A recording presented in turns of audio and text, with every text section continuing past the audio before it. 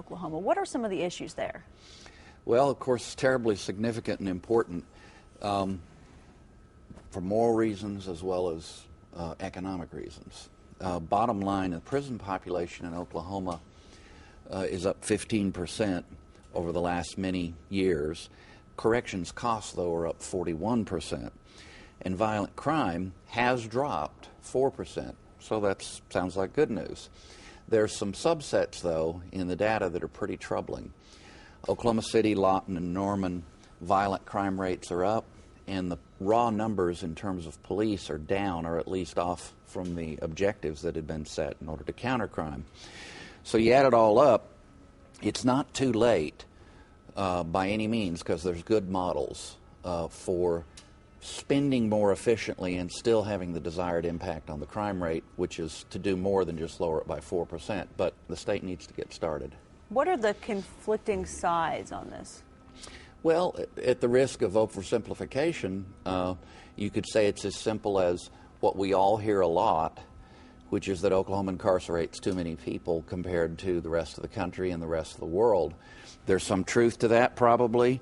The most troubling thing in terms of the state's long-term planning is that I think it's pretty clear that regardless of how you want to argue on that, it's fiscally unsustainable to stay on the kind of track that we're on.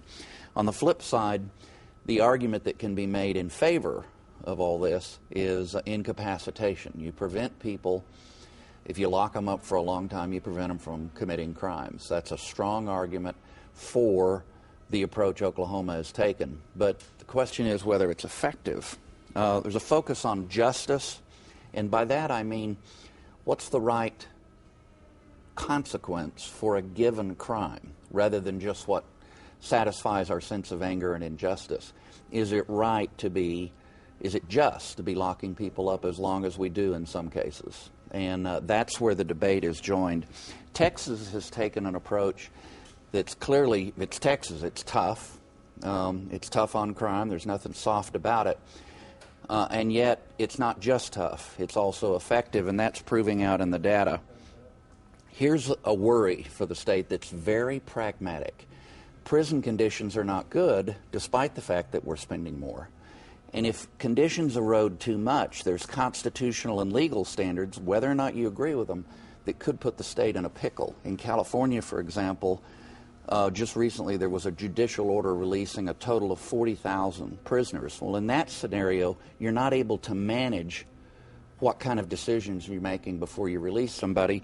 You're just told by the courts what to do. What it really comes down to is justice and protection of society, both doing what's right and what protects society. Will there be any legislative action related to this? I would predict some. There's a couple of things going on around the country, and Oklahoma's definitely part of it. Right on crime, kind of a play on words. Get it right, but it's right. It's politically conservative. Then out of the Council of State Governments, there's the Justice Reinvestment Initiative, which Oklahoma's right in the middle of. Take those dollars, even if you keep them the same, and spend them more effectively.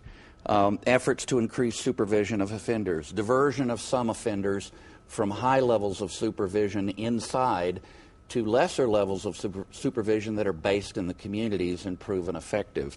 Could go on. In Texas, though, bottom line, fewer adult crimes, better improvements than we've had in Oklahoma, and fewer juvenile crimes, better improvements than we've had in Oklahoma, at less cost per offender. That's the bottom line.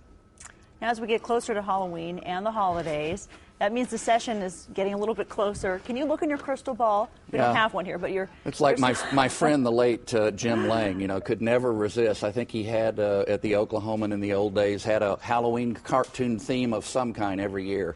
So we do it as writers and reporters as well. I will say that just about everything the state, and for that matter the country, is having to deal with right now is a little bit scary. But here's what I'm looking for in the coming session that we've maybe not spent enough time on and ought to think about a little bit. Water policy, it's just going to be huge. Oklahoma versus Texas, urban versus rural, west versus east, tribe versus the state. Tribal and state government relations, bigger even than water.